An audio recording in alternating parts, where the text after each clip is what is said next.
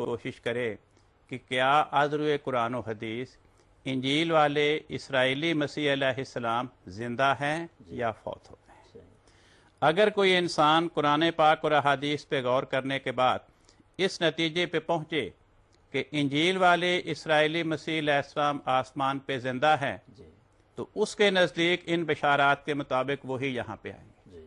اس انسان کے نزدیک جس کے نظروں میں آذروئے قرآن و حدیث حضرت مسیح علیہ السلام کی آسمانوں پہ زندگی ثابت ہو جائے، اس کے نزدیک دلائل کے لحاظ سے احمدیت مر گئی۔ لیکن اگر کوئی انسان قرآن پاک اور احادیث پہ غور کرنے کے بعد اس نتیجے پہ پہنچے کہ انجیل والے اسرائیلی مسیح علیہ السلام فوت ہو گئے ہیں، وہ یہاں پہ نہیں آئیں گے، آنے والا مسیح جو خادم اسلام ہوگا وہ اس امت میں سے پیدا ہوگا، تو اس کے نزدیک دلائل کے اعتبار سے سوائے احمدیت کے باقی تمام فرقے فوت ہوتے ہیں۔ تو احمدیت اور باقی فرقوں میں اس بات کی تحقیق کے لیے حضرت عیسیٰ علیہ السلام کی زندگی اور وفات کا مسئلہ وہ احمدیت اور باقی فرقوں کے درمیان زندگی اور وفات کا مسئلہ۔ بالکل صحیح، بنیادی مسئلہ یہ ہے۔ اچھا قاسم صاحب، یہ جو خاتم النبیین کا لفظ آیا ہے قرآن مجید میں بھی سورہ احزاب آیت نمبر 41 میں، مختلف ترجمے جو عام مسلمانوں کی طرف سے کیے جاتے ہیں ان کی بابت میں آپ سے پوچھتا ہوں۔ ایک ترجمہ یہ کیا جاتا ہے کہ نبیوں کو ختم کرنے والا، خاتم النبیین وہ ہے جو نبیوں کو ختم کرنے والا ہے، تو اس کی حقیقت کیا ہے؟ بات یہ ہے کہ دو لفظ ہیں، ایک ہے خاتم، ایک النبیین۔ النبیین تو نبی کی جمع ہے، بڑی سادہ سی بات ہے۔ پہلا لفظ ہے خاتم، تو لفظ خاتم کا جو بھی کوئی ترجمہ کرے ہمیں وہ منظور ہے، صرف اس پہ غور کرنا پڑے گا۔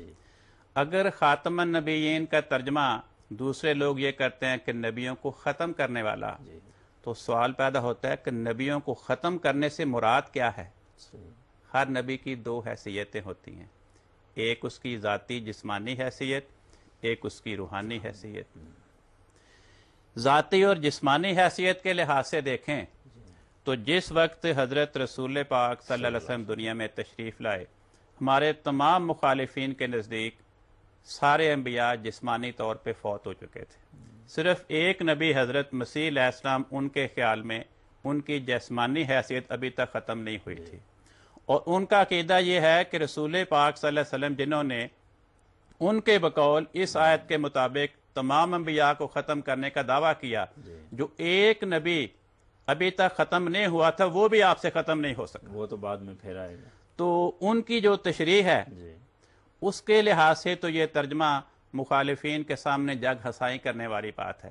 اگر آج ایک ہندو کہہ دے کہ بھئی نعوذ باللہ تمہارے نبی نے اتنا بڑا دعویٰ کیا کہ میں تمام انبیاء کو ختم کرنے آیا ہوں، حالانکہ جب غور سے دیکھیں تو تمام انبیاء پہلے ہی فوت ہو چکے تھے، ایک نبی تھا جو بھی فوت نہیں ہوا تھا، یعنی جس کی جسمانی حیثیت ابھی تک ختم نہیں ہوئی تھی، اور تمہارے نبی سے تو وہ بھی نہیں ختم، دعویٰ اتنا بڑا کر دیا، تو سوائے ہمارے سامنے شرمندگی کے ہم کوئی اور جواب نہیں دے سکتے۔ دوسری حیثیت ہوتی ہے نبی کی روحانی حیثیت۔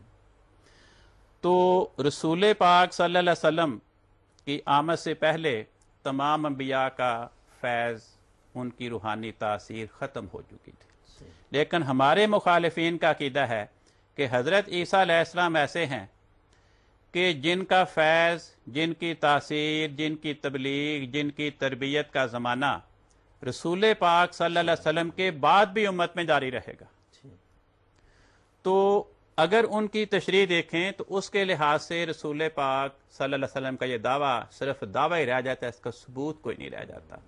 تو ہمارے نقطۂ نگاہ سے اس کا مطلب یہ ہے کہ حضرت رسول پاک صلی اللہ علیہ وسلم نے آ کے جب دنیا میں آپ تشریف لائے تو آپ نے تمام انبیاء کے دین ختم کر دیے، تمام انبیاء کی روحانی تاثیر اور ان کے فیض کا دروازہ بند کر دیا۔ چنانچہ قرآن پاک نے اعلان فرمایا وَمَن يَبْتَغِ غَيْرَ الْإِسْلَامِ دِينًا فَلَن يُقْبَلَ مِنْهُ، کہ اے لوگو حضرت محمد مصطفیٰ صلی اللہ علیہ وسلم کے دین اسلام کے علاوہ جو شخص کسی اور نبی کے دین کی تلاش کرے گا وہ خدا کی بارگاہ میں قبول نہیں ہوگا، وہ ہوا فی الآخرۃ من الخاسرین، وہ گھاٹا پانے والوں میں ہوگا۔ تو آپ نے پہلے تمام انبیاء کے فیض کو ختم کیا اور اپنے فیض کے دریا کے جاری ہونے کا اعلان کر دیا. فرمایا کل ان کنتم تحبون اللہ ہے، اے نبی تو اعلان کر دے کہ اگر تم خدا کی محبت چاہتے ہو فاتبعونی، میری پیروی کرو، یحببکم اللہ، تم خدا کے محبوب بن جاؤ گے. اور آگے لمبی تفصیل ہے، قرآن کریم کہتا ہے کہ حضرت محمد مصطفیٰ صلی اللہ علیہ وسلم کی پیروی کے نتیجے میں جو انسان محبوب خدا بنے گے ان میں سے کوئی صالح بنے گا، کوئی شہید بنے گا، کوئی صدیق بنے گا، کوئی نبی بنے گا. تو یہ ہے مفہوم کہ آپ نے تمام انبیاء کے فیض کو ختم کر دیا، تمام انبیاء کی شریعتیں ان کے دینوں کو ختم کر دی. درست ہے، اور حضور کا دین اور حضور کی شریعت وہ جاری رہے. اچھا، ایک ترجمہ یہ بھی کیا جاتا ہے کہ خاتم النبیین کا مطلب ہے نبیوں کو بند کرنے والا، اس بارے میں آپ فرمائیں. بات یہ ہے کہ یہ بھی پہلے ترجمے سے ملتی جلتی بات ہے. اب دیکھنے والی بات یہ ہے کہ یہ ترجمہ ہمارے مخالفین کے اپنے عقیدے کے مخالف ہے. ایک طرف وہ یہ کہتے ہیں کہ خاتم النبیین کا معنی یہ ہے کہ آپ نے تمام انبیاء کو بند کر دیا. اب کیا بند کر دیا؟ جبکہ ان کا اپنا عقیدہ ہے کہ حضرت عیسیٰ علیہ السلام آسمان پہ زندہ ہیں اور وہ آخری زمانے میں آئیں گے، پوری دنیا کو تبلیغ کریں گے، پوری دنیا ان کے ہاتھ پہ فیض پائے گی، ان کے وجود سے وہ روحانی تاثیرات پائیں گے.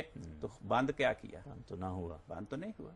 ہاں، اگر ہمارے نقطہ نگاہ سے دیکھیں تو وہی پہلے والی بات یہ ہے کہ حضرت محمد مصطفیٰ صلی اللہ علیہ وسلم نے تمام انبیاء کے فیض کے دروازے بند کر کے اپنے فیض کے دروازے کھول دیے، جاری کیا.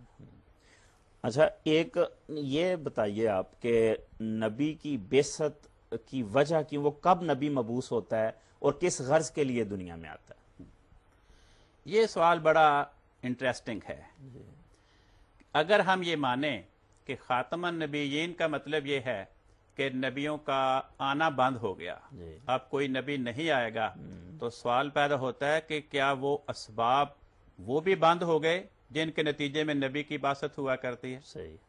کیا وہ وجوہات، وہ خرابیاں، ان فتنوں کا دروازہ بھی بند ہو گیا جن کے نتیجے میں نبی کی بعثت ہوتی ہے؟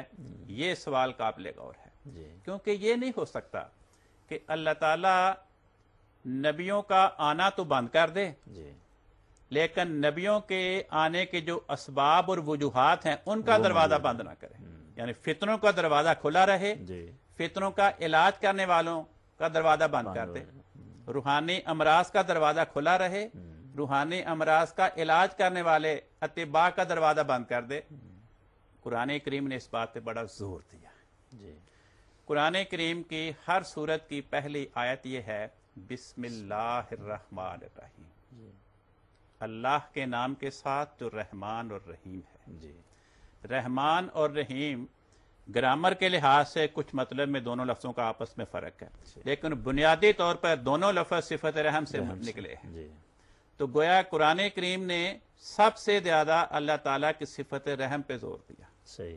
اور اس صفت کو ہمیں ذہن نشین کرانے کے لیے حضرت رسول پاک صلی اللہ علیہ وسلم نے یہ طریق اختیار فرمایا کہ آپ نے اپنی امت کو حکم دیا کہ صبح سے شام تک، شام سے صبح تک ہر اہم کام کرنے سے پہلے پڑھو بسم اللہ الرحمن الرحیم، تاکہ لمحہ بلمحہ ہر مسلمان کو اس خدا تعالیٰ کی صفت رحم کی جانب توجہ رہے.